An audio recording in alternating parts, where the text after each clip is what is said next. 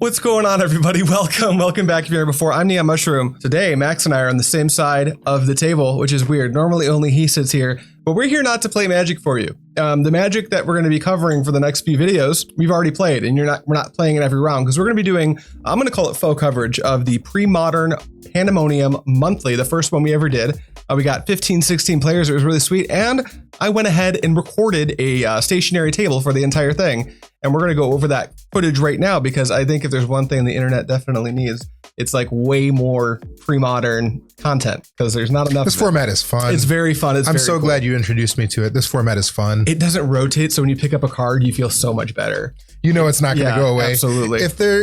It's a format about fun. If something is banned, it's just to make it more fun. It's not because it was horrible. It's just to make it fun. Exactly. Yeah. And you can still play it competitively, which is what we're going to be doing here today. And you can, if you're a competitively minded person, this format can be for you.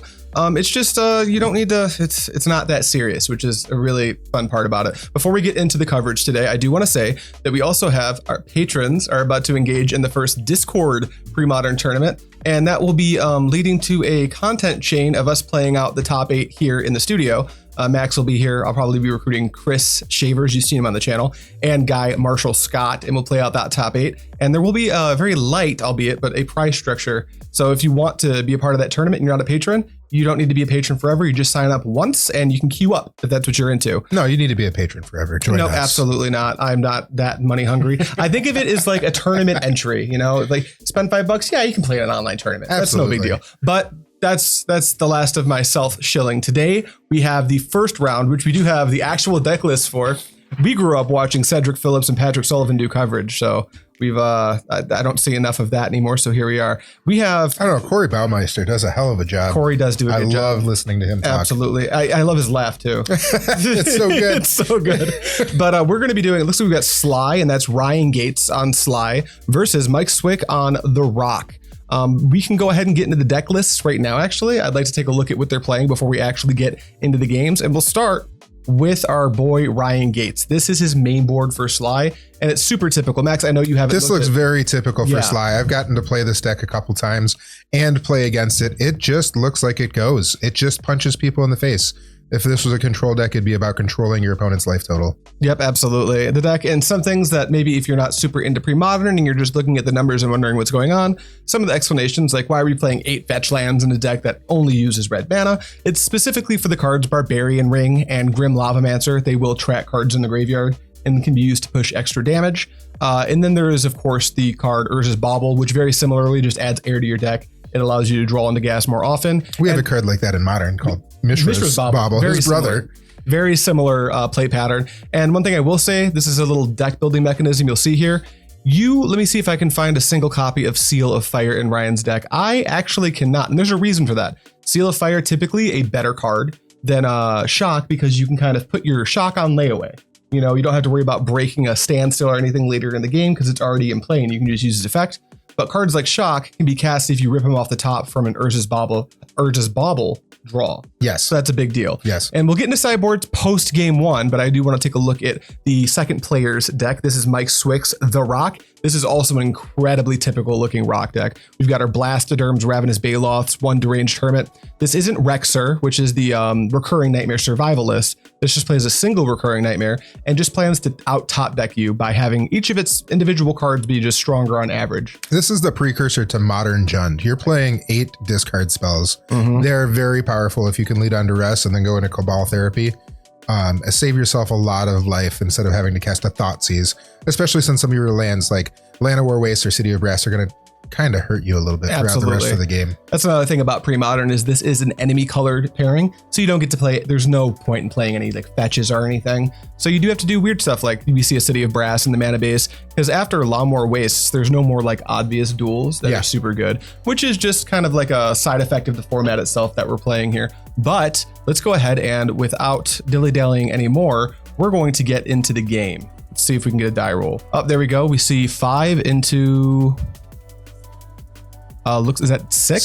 7. 7. Having Sligh be on the play is a humongous boon for this deck. Absolutely. This deck is hungry to be on the play game 1 and win game 1. Most decks in this format seem to really have a lot of sideboard cards. specifically for these types of matchups where they're going to want to bring in some life gain. So Sligh can win this game 1. They're much more favored in this matchup. Absolutely.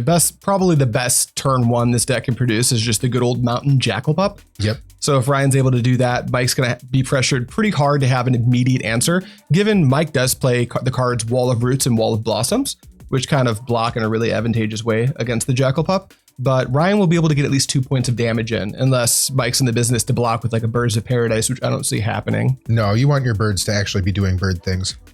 Yeah, turn 3 Ravenous Baloth is much better. Really powerful. Ravenous Baloth being a 4 of in the rock deck sounds so strong against this mono red deck that's going to really try to play life total control. Absolutely. And it looks like Ryan is keeping his hand. I think we just saw Mike take a mulligan here. I wonder what Mike's looking for. These now, both the decks we see here are like super consistent for the most part. They're a mix of lands and spells. They're super homogenous. You know? They're all 4 ofs as well. Exactly. Like we were were wrong. Random Mike cards in there. Swik won the die roll. So this is much less good. We see Forest from Mike, and then Ryan follows up with looks like an Urza's Bauble. This differs from Mishra's Bauble. He's going to look at a random card from Mike's hand. Uh-oh.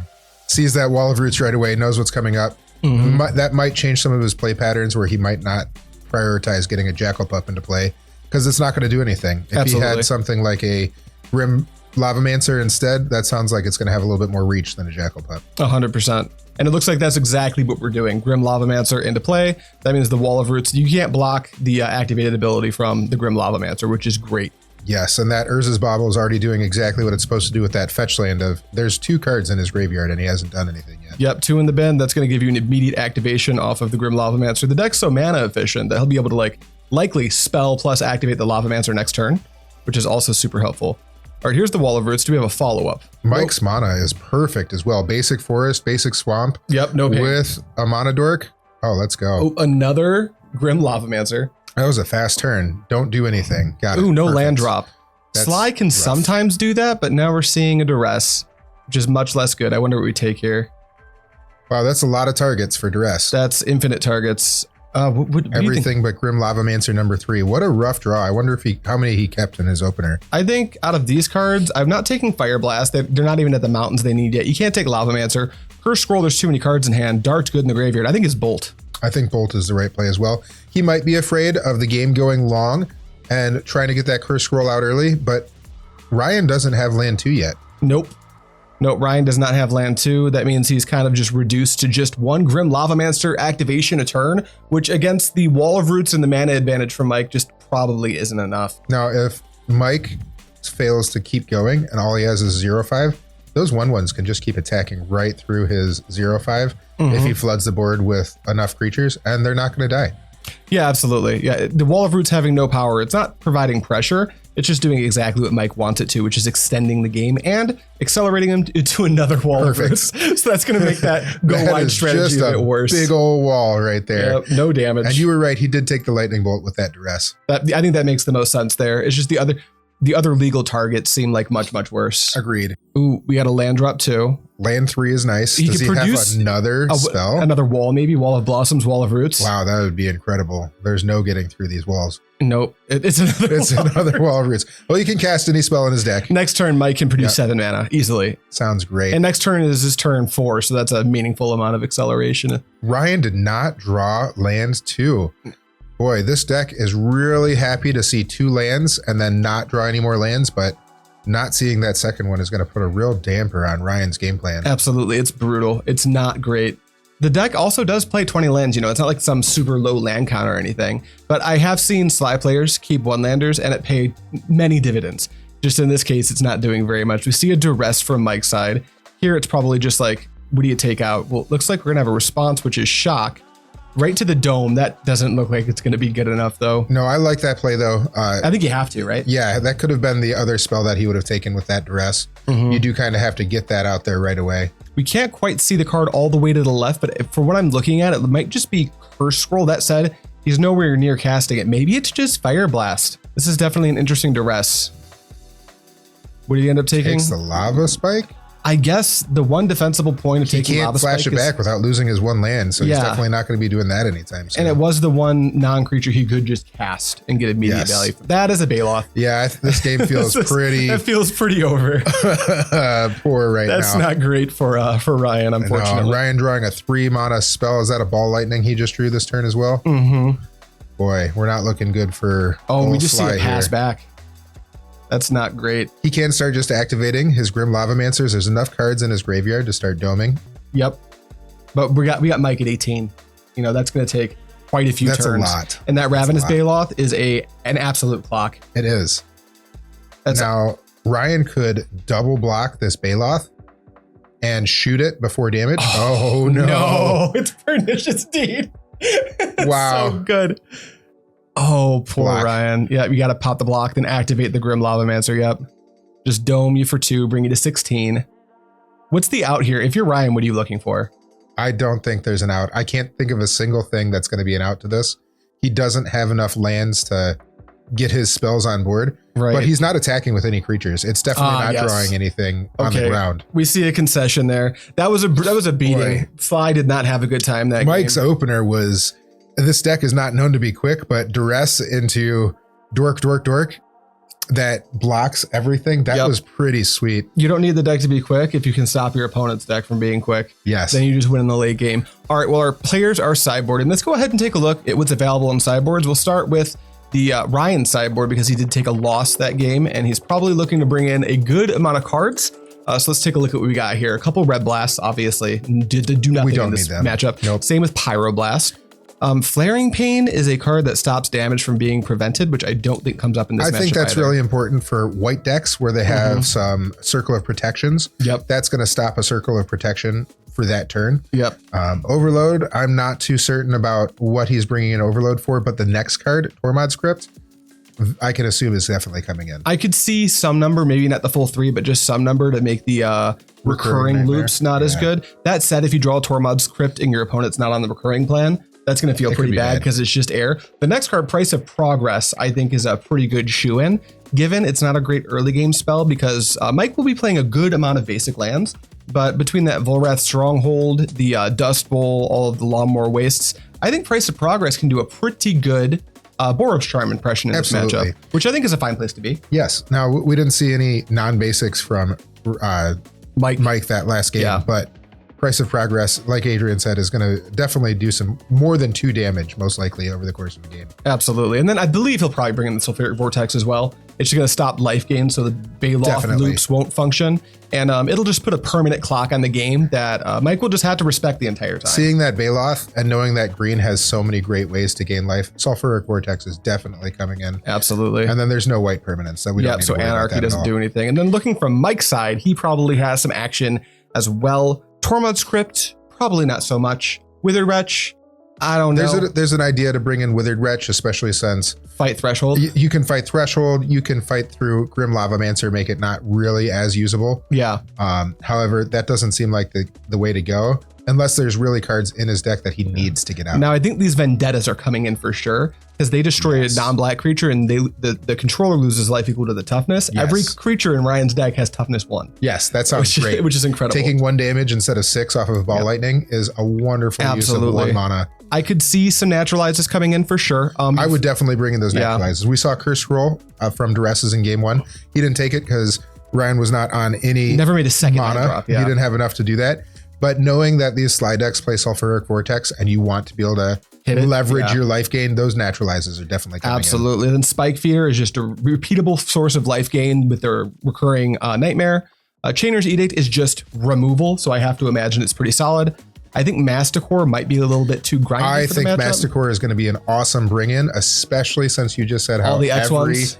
Every creature in his deck only has 1 toughness. Potentially casting, it'll be a pain in the butt. But yeah, I could actually see that. Just he had play a 4/4 that 3. destroys everything. He did. Now, he did play 3 Wall of Roots. He did. That may have had something to do with it. There are a lot of ways to accelerate through his mana in this green-black deck, and I think that's a great way to go.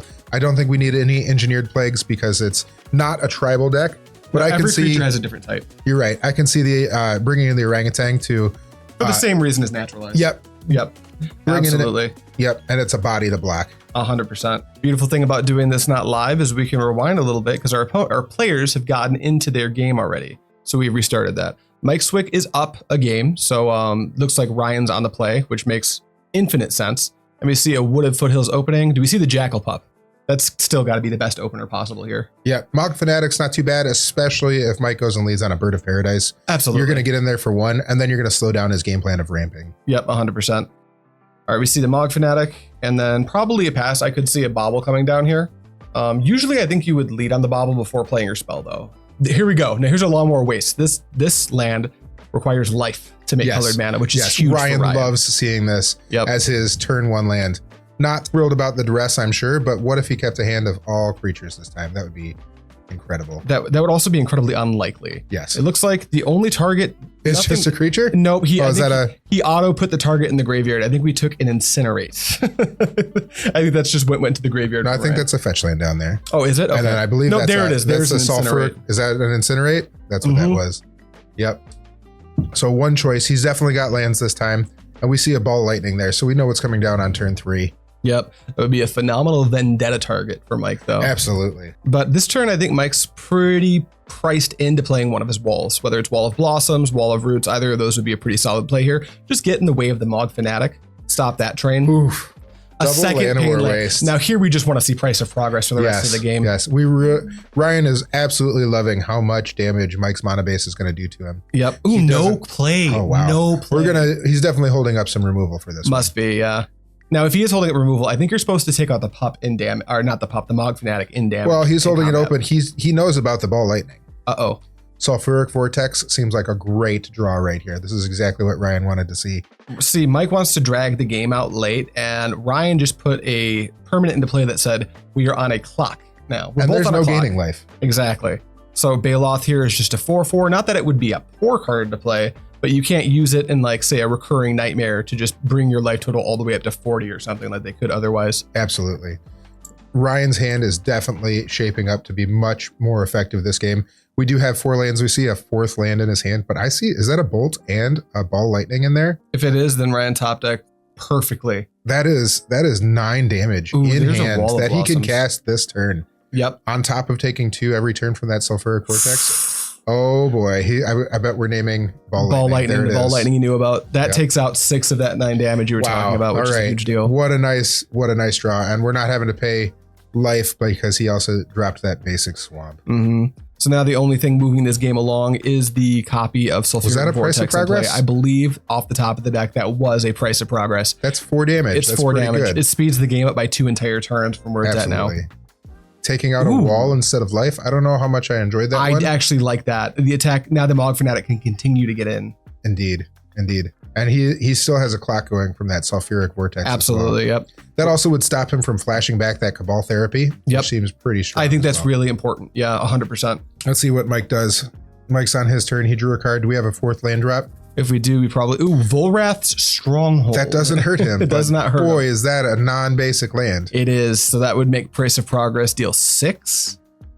Wow. That's a lot. That's a lot, especially when we are sub 12 life right now. Yep. Now here's a Wall of Roots. And the nice thing about the Volrath Stronghold is it can be used to loop something like a Wall of Blossoms, for instance. We can just keep drawing cards. But in this matchup, you don't have that much every turn. Exactly. Especially with that Sulfuric Vortex down. Yeah, just I don't think it's where you want to be. Now we're tapping for 3. It looks like we're adding a counter to the Wall of Roots. What's the 3 drop here? It could be a recurring nightmare. Nothing. I wonder what it was. It's nothing. Change of mind. Yep. Maybe let's hold open. Maybe it was a bluff. We're going to hold open some mana.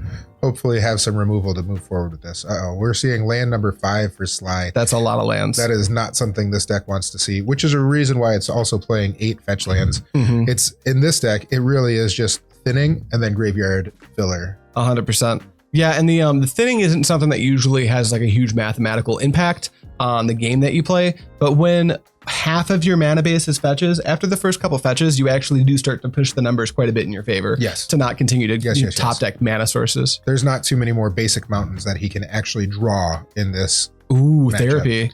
Wow, so do we see a price of what progress is in his hand right now? Well, it's a Fireblast. That wasn't a price. Okay. It was a Fireblast, which deals a little bit less damage here, but Mike Swik's on a 3-turn clock now. Really a 2-turn if you look at that Mogg Fanatic. That's pretty incredible. To find some sort of naturalize and then a life gain. real quick. Yep. At the very, it starts with the naturalize. If you draw those cards in the wrong order, it probably still isn't good enough. Correct. And all Ryan needs to do is potentially just let the game end. Yeah. But if he were to find some sort of lightning bolt, this game could be over quick. Well, because of the life total that Mike's at, he could simply find shock. And that would be a good enough. We do see the recurring nightmare into the Wall of Blossoms. In games that go longer, this loop is unbeatable. Just insanely unbeatable. You cannot interact with that recurring nightmare. There is no trigger to respond to. It's just there. Well, that's not a bolt, but boy, it could find a bolt on his upkeep. I think we're going to see a stop in Mike's upkeep before we get to draw. I sure hope so. Oh, no extra information for you though, Ryan. It's just the recurring nightmare. Yeah, we already knew about that one. It goes right back to hand. All right, we're over to Down Mike. At 3. I think that's the price of progress. Oh boy, is that an instant? It is. That's an instant. That's a lot of damage. We're going to game 3. All right, amazing. I'm super stoked that we actually have a game 3 because that first game was really bad for Ryan. That second game was, Mike still kind of did his thing, but Ryan just didn't care. That Sulfuric Vortex is incredibly strong, especially against these decks that want to gain random advantage through sacrificing their creatures, finding things that gain life, and having a clock that just prevents that. And it's just a constant clock that they can't block. Sligh is the ultimate punish for decks that want to touch their cards. Yes. Sligh does, if you're a deck toucher or a card toucher, Sligh is going to punish you every time. Yep. And that's what we saw that game. Because if we went to the late game, obviously, Mike was in a spot where he would out card advantage any deck. Say he was playing against Groatog or that recurring nightmare was just going to keep drawing him cards over and over, improving his mana, because he can keep bouncing the Wall of Roots, adding mana, and keep going back and forth and back and forth. 100%. Yeah, but Sligh says we're not taking our time with that. We want this game over as fast as possible. No, and really quick, I do want to revisit going into the next game. I have to imagine that with Ryan on the draw, his plan's still going to be relatively the same. And this format does differ quite a bit. Formats like Modern, for instance, sideboarding will actually change quite a bit based on play draw because of the speed that the games are played at. But in games like this, looking at the side, we'll take a peek at both sideboards, but I can't imagine Ryan's going to change a thing. If Ryan didn't bring in those Tormod's Crypts after game 1, and now he's seen the recurring nightmare, there's a good chance that he might make a switch or two. But yeah, I think the biggest things he really does want is just Price of Progress and Sulfuric Vortex. If he was to cut something, it might just be some of his creatures, because he knows his opponent's deck is going to be putting these 0/4s and 0/5s. And you saw him win that game, and he drew both of the cards we speculate that brought him from the sideboard. Same thing for Mike here. These cards all look great. If Mike maybe only brought in 1 or 2 naturalizes after losing to that Vortex, I could see potentially bringing in more. If he doesn't have the orangutan, maybe he wants it, something like that. But those are the changes that I could maybe see happening. But outside of that, I think we're good. And it looks like our players have gotten into the game, so let's tune in there. And we have a Bird of Paradise on a basic forest. What an awesome start! Strong start. And that is going to absorb. Bolt the bird. That's going to absorb 3 damage right away as well. I think a 1 mana gain 3 sounds really not too bad, especially 100%. If he's got more land drops. Absolutely. And then going right into a Cabal Therapy. Now this is blind. He doesn't know what's in his opponent's hand. No clue. But is that 3 Grim Lavamancers? 3 Grim Lavamancers. If he has another Bird of Paradise here, what was that card that he hit? Oh, I can't quite tell. I think it was probably some burn spell. I was too focused on the fact that if he has a birds, he can Cabal Therapy, like flash back and hit all 3 Grim Lavamancers. That would be insane. It's a good thing Ryan took out that bird right away. Yeah. That is a great play, is always take out the bird. Bolt the bird. Bolt the bird every single time. Bolt the bird. Incredible. Fetch lands doing their thing. Yeah, getting some basic mountains. I gotta be honest. 3 Grim Lavamancers doesn't seem like the place you start to try to win this matchup. No, and I can see that being one of the only 1-drop creatures he's left in after this. Now, this seems pretty good. This is a Spike Feeder. It undoes the work that these Lavamancers are about to put in. Yes, but you're going to go right after that Spike Feeder and make him use it right now. 100%, but then you better hope he never draws Recurring Nightmare for the rest of the game. Otherwise, it's just over. That is a 4 life point swing right there. Absolutely. There's land 3. I do see a Ball Lightning in his hand. Is he going to go for another Ball Lightning, or I bet he tries to kill the feeder. Yeah, there it is. I like this a lot. And then Mike's going to sacrifice it, I bet, in response. There's a great idea to not play this Grim Lavamancer, because he does know his opponent has some form of board wipes in there. Pernicious Deed. Pernicious Deed on 1 seems. But the longer you hold it, the more likely the Cabal Therapy is to convert. So there's that problem as well. Yes. All right, we've seen attack. Mike's down to 23. This is not where Ryan wanted the game to go at all. Mike is now higher than his starting life total. Ryan's hand is super low, and Mike's about to enter the phase of the game called I'm going to start casting Blastoderms and Ravenous Baloths. Yes. Which Sligh wants to have it almost wrapped up. How do you deal with the 4/4? And you don't. No. You really just don't. It's You don't want to use 4 damage burn spells on a 4/4. You want to use them on your opponent's face. all right. There's Is it lane Derm? 4. Nope, it's Ravenous Baloth. Oh no, the worst possible for Ryan. Yeah. Also seeing Mike on all basics. This is such a different game than the last one. Price of Progress doesn't function at all at this point. Nope. And Mike's not taking any damage from his Llanowar. Do we see a ball lightning here? Just attack through the Baloth? This is If I'm definitely a Mike, play. I'm taking it. I'm just like, sure, dude. Absolutely. I'll go to 17. I want to keep my clock on. We need to end this game before you can draw enough burn spells to hit me in the face. Absolutely. All right. Now this deck is full of Blastoderms and Baloths, so we could see a Deranged Hermit, another Baloth, a Blastoderm, super easy here. But not that Mike would even need any of those cards to win the game, but I think if he plays either of those, the door is just slammed shut. Agreed. Swinging with his Baloth, we need to get that clock on. We don't want Ryan to find anything that could change the game in his favor. Ryan can deal damage in a really quick way for this. Oh, Wow, that is 8 power and okay. 8 life gain potentially on the board for Mike right now. oh, that's bad. This sounds pretty poor for Ryan. This is a 2-turn clock once he untaps again. Yeah, I think we're just going through motions at this point, buddy. A 1/1 that deals 1 does not seem like the way he wants to go with this game, Absolutely not. but it is going to stay in the front of one of these Baloths because they don't have trample. All right, best. You got all 3 There of them we out, go. plus a Mogg Fanatic. All right, does Mike have that Pernicious Deed? If he does, this game is the over. door slammed shut, right? Yep, I believe that was Ryan's last card in hand as well. Yeah, he's hellbent. Usually when you get the Baloth out, like the slide that can start to top That's deck 3 mana. Fireblast, there's a Pernicious Deed. We're going to pop it right away. Pop That's it. all 4. That's a 4-for-1 right there. Ryan continues to show great play. He's going to activate his creatures, even though his back's against the wall, deal 3 extra damage to Mike.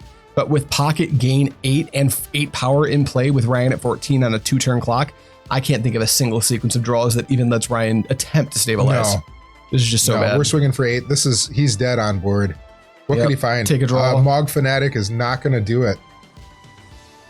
Ryan's a trooper. He's going to play out the Mogg Fanatic. Good man. What a good guy. And I'm sure Mike might have some lands in hand, but if it's a non-basic, he's just not going to play it. He's already Absolutely. got 4 mana. Wall of Blossoms. Wow. Game is closed. What's next? Another Wall of Blossoms. Yep. Just keep reloading. All right. Attack for 8. Block. Would you like to take 1? Yep. Damage no longer uses the stack, so no fancy tricks here. Yep. And then I imagine we're going to get a pass to turn into a concession here. I can't think of this going any other way. Plus There a is- Treetop Village. Yep, there's that That's one just basic like land. 3 lethal. There's a Jackal Boom. Pup. There's the fist bump. That was the game.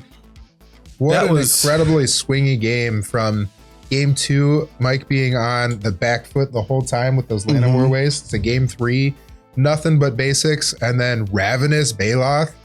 That was sweet. Champion. I mean, this is our first time attempting to do this type of voiceover coverage style video of one of our own tournaments. This was sweet. I think this was actually a really good opener because these are 2 like very pillar of the format decks. And this is one of the ways that matchup can probably go. So I'm pretty into it. But hey, hopefully you guys enjoyed this. If any of you were actually playing in the tournament that caught this video, you might be featured next because we captured every single Swiss round and the cut to top 8. Everything is coming out over the course of the next few weeks. A lot of, if you're watching this on the channel it's on, which is my main channel, go check out Fluorescent Fungus if you haven't yet. That's where most of the gameplay is being pushed because you're going to see some serious changes over the next few months on this main channel that I'm excited about. And one of them is, I think this is a cool idea for a video series. So if you like it, be vocal about it in the comments so I know. And if you don't like it, be vocal about that too so I can put you on my list. Thank you so much for watching. Bye. Bye.